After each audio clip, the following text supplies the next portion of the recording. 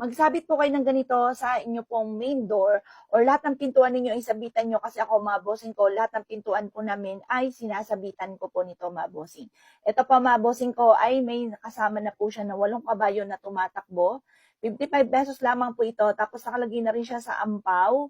Yan po yung mag-a-attract ng kasaganahan. Tapos kasama na po ang bigas na ito.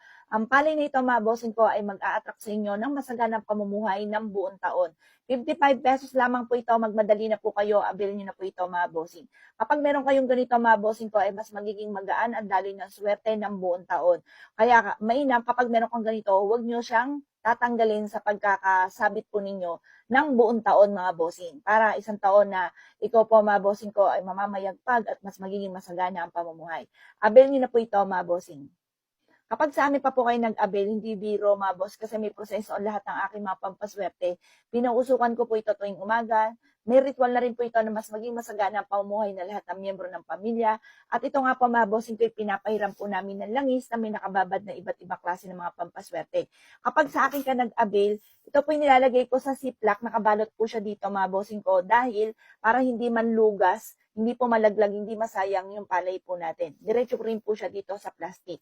Avail niyo na po ito, 55 pesos lamang.